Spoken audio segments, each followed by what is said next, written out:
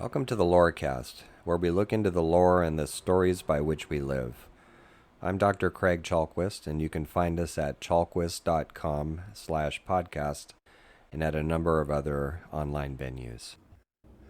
I'm going to give you a progress report on my attempts to publish my first novel. And as part of that, I want to make a larger point. And to do that, I want to start with something that Ursula K. Le Guin said when she accepted the National Book Award in New York in 2014. She used the opportunity after expressing gratitude to everybody involved in the award to criticize the publishing industry. And she went to that after saying, quote, "Hard times are coming when we'll be wanting the voices of writers who can see alternatives to how we live now." And she also pointed out that we need, quote, "writers who know the difference between production of a market commodity and the practice of an art." Developing written material to suit sales strategies in order to maximize corporate profit and advertising revenue is not the same thing as responsible book publishing or authorship. And then she also said, quote, "Books aren't just commodities. The profit motive is often in conflict with the aims of art. We live in capitalism. Its power seems inescapable, but then so did the divine right of kings. Any human power can be resisted and changed by human beings. Resistance and change often begin in art." Now, there's a distinction that I've made a few times in public presentations, and it has to do with the fact that I continue to believe that there are some forms of capitalism and enterprise that benefit and help people as well as the planet, and then other forms that are malignant. And it's a distinction that I think is important to make. So the malignant kind I refer to as male fist capitalism because it harms everything that it touches, as opposed to the other kind. So there are authors, and I know some of them, who write fiction, who can exist within the system even when it's at its male fist worst. And there's others who can't because because of their principles or whatever it is going on with them. So I've been trying to work with that system in terms of publishing my first novel. And one of the things I initially realized, and I've mentioned this before, is that all my training over my entire career has been in writing nonfiction, where you explain things to people. So I've just spent about a year and a half getting trained in writing fiction, drawing on the part of me that's a storyteller to help me through. It's a very different kind of writing, and I've belonged to writers' circles and societies. I've gotten lots of critical feedback on my own writing. And when it came to the point where I felt like I was acquiring a fictional voice, which is good, I started sending out pieces for publication in different magazines. And so I just got some feedback this last week. I entered a writing contest and that focuses on environmentally aware fiction. And they didn't accept my piece, but they sent me a couple of emails and they said, "This is really good." And this came within the final round of choices. And then in the end, we went with somebody else, and so that was encouraging. So with this feedback that I actually may know what I'm doing as a fiction writer, I went ahead and wrote my novel. It's 91,000 words, and it's called Soul Map. So the word soul and then MAP. And I took a course, I paid to take a course in how to approach agents because I didn't want to just go to small publishers, and that's what I've done in the past. I've published, I think at this point, 21 books, and several of those were technically self-published or published through World Soul Books, which is my publishing outfit, and then the rest were commercially published. So this past year, I've published 3 books, 2 of which I wrote and one of which I co-edited with Garrett Barnwell, who did most of the work. That book's called Parapsychology, and so all three of those books were published by Routledge, the largest social science publisher on the planet. And I figure that gives me decent credentials as a writer, even though I haven't published a lot of fiction. I mean, what my publication history shows is that I know what I'm doing as a writer and I work amicably with editors, which are important considerations for, let's say, a fiction publisher who's going to pick up your book. My colleague Susan Rowland is publishing a series of alchemically based detective stories, and she decided to go with a smaller publisher. I may do that down the road, but I wanted to go with someone at least moderate size. So I went through all the practice and learning about how to write queries to agents, how to say what they want to hear, and all that stuff, right? And one of the things I found, and I had heard this, but now I have direct experience of it, is how tightly all your work gets squeezed into very exacting, precise, and rigid formula.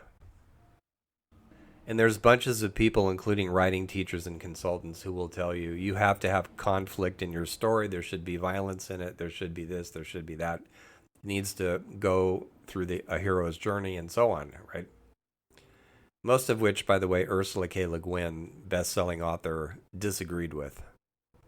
So after all that preparation, I sent queries to about 30 agents in the areas where my book lives. It's science fiction. It's near future.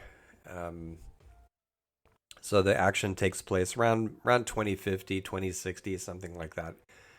It actually is a quest for self-knowledge on the part of, I'm not going to say hero because he's an anti-hero in some ways, but my protagonist wakes up in San Diego underneath the statue of Juan Cabrillo in Point Loma and says, "Who am I?" His memory's been wiped. So a lot of it is him traveling up El Camino Real in California to figure out who he is and who did this to him. And there's a lot of plot twists and surprises, and they even surprised me. There's things that I didn't set out to write that popped in, which is a good thing. And I've spent some time doing active imagination with the protagonist, so he's increasingly real to me, even showing up in my dreams. And he's made suggestions that I thought about him and went, "Oh, that never would have occurred to my conscious mind. That's brilliant." And so then I build those in. So it has delighted me when my test readers came back to me with good feedback, critical feedback, and one of the things they all said was, "Here's some things I never saw coming." Yay. So in some ways, my novel conforms to the formula, the heroic formula, and in many ways it also criticizes it, because the last thing my protagonist wants is to be a hero. And that's a central struggle for him. He keeps getting pushed into it and he doesn't want to do it. And meanwhile, the people all around him are subjected to increasingly extreme climate change, but also implementing solutions. It's a hopeful book. I don't like dystopian science fiction anymore. I loved it in college, but it's not for me anymore.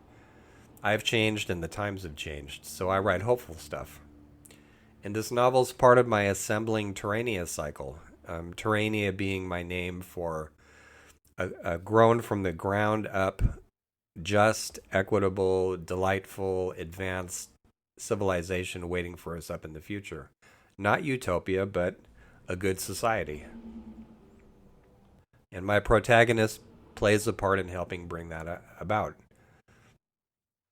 By the time he ends up at the end of his journey, he has learned a lot about himself. And some of it hard. Some of the learnings were hard, and I didn't spare him. You shouldn't. That's another part of the formula, which I actually agree with. If you're going to have a protagonist learn difficult things, you really got to put him to it. And in these active imaginations, when I go out for a walk and I talk to him, I've often heard him say, "What? You're going to put me through that? Are you out of your mind?" And I respond by saying, "Well, but look what's going to come of it." And then he reluctantly agrees. But Several times he's got after me. You're just really hard on me, and I'm like, yeah, you're my protagonist. I am hard on you.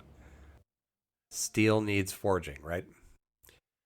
So I've heard back from probably half the agents that I contacted and rejecting the book. And the notes are always polite. They always say, this is highly subjective, whether we accept a novel or not. Yours doesn't really fit where we're going, and so on, right?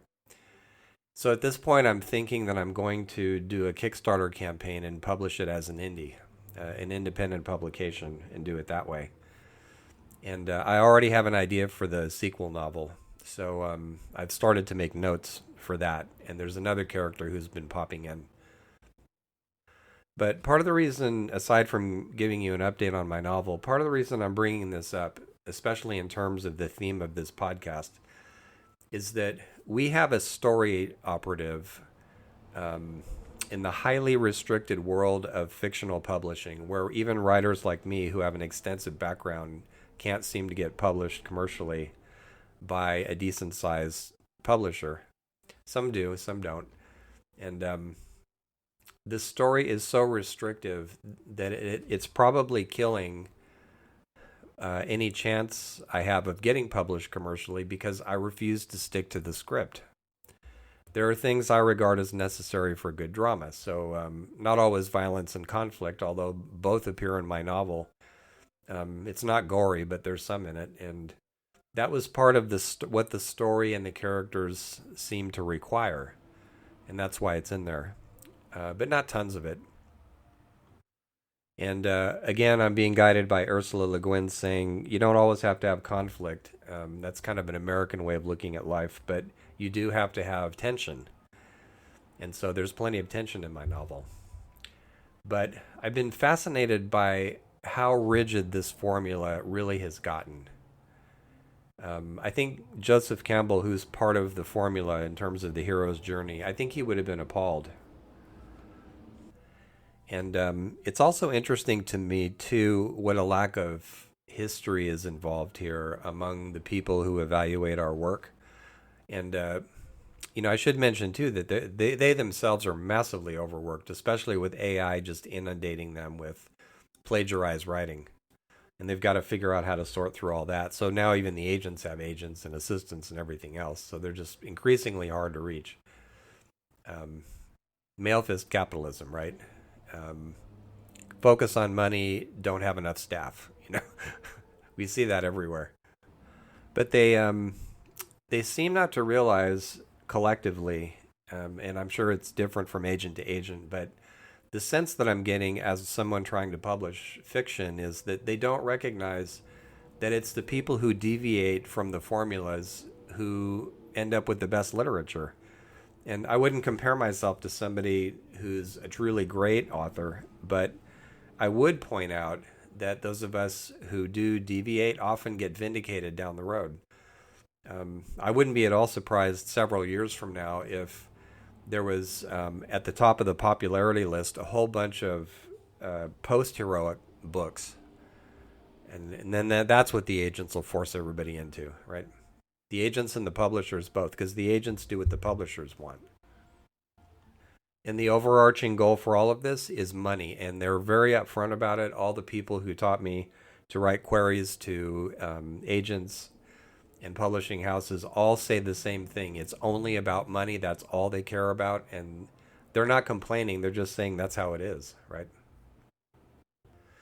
So at this point, there's a couple of steps I could take. I mentioned one of them already, or actually both of them already, either going indie and being an independent author, or I could go to a small publisher and probably get it published that way.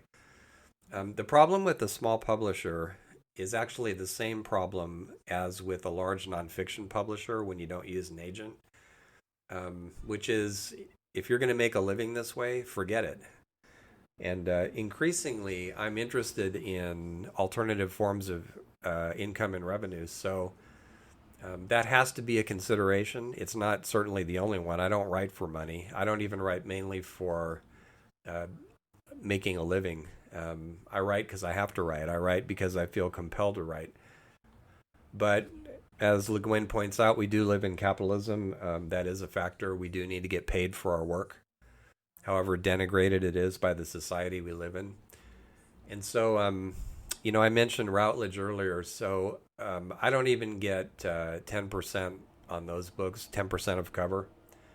I could sell them 20 books and it wouldn't really improve me that much. I've sold 21 books and it doesn't really it's a little bit of extra money and that's all it really amounts to. Which is one of the reasons I wanted to go to at least a moderate sized publishing house because they pay better. The other advantage to indie books is that you keep everything. You still have the copyright even when you go with a commercial publisher, but the thing is, they own the material itself. It's kind of confusing. So what that amounts to is, if I want to, let's say, let's say, take a few pages of something that I've written and put it on the internet, I legally can't do that. My publisher could sue me for that. Publishers. So, but if it's indie, I can do whatever I want with the material because it's really mine. So my first collection of stories, Tales of Terrania Rising, is available at my website. If you go to chalkwist.com/fiction, you can download a copy of it. I'll probably go through it pretty soon and just tighten it up a bit. But it's my first story collection. I like it. It's hopeful, and that's the universe that my novel is set in. So I'll let you know when I actually publish this first novel. I'm working on a second one already. I already know the title of it and the main character, which is good. But the premise I'm moving forward with as the rejections from agents continue to come in is that I've gotten enough feedback to know that my fiction writing is worth something and people like reading it. It can stand improvement. I'm always open to feedback. I'm still learning this craft. But I believe in myself as a writer, and because why not, right? What's the alternative? And I'm going to keep writing this stuff. I like writing it. Maybe someday people will really like it, and maybe they won't, but I like it. And given that, I think it's important in this particular situation to be able to tell myself I've tried to work in the system the way it's now set up. I find it impossible to move forward in. It's too cumbersome. It's too loveless. It's too stuck to formulas and regulations and rules. So I'm going to trust myself to leap beyond the system unless, tomorrow an agent shows up and says, oh, this is great. Let's sell it to Random House, in which case I'll have that whole set of frustrations to deal with. And I will report back on that. But what it's looking like at this point is that I'm going to go indie and see how that shows up and how I like it. And one way or another, you're going to get my stories to read. And I think that's the important thing. You've already got a whole free collection of them, 30 stories. And beyond that, there will be at least 2 more novels. And I invite people to write within this universe, which is another advantage of indie writing. When you use characters from other authors, universes, fictional worlds, they're not only copywritten, but you just can't use them. So I've had to be careful with that because I like continuing other people's stories. But with mine, the sky's the limit. So unless this novel gets published by some commercial publishing house, then I invite you to come into the universe and look at the characters and make some creative adjustments to it and additions.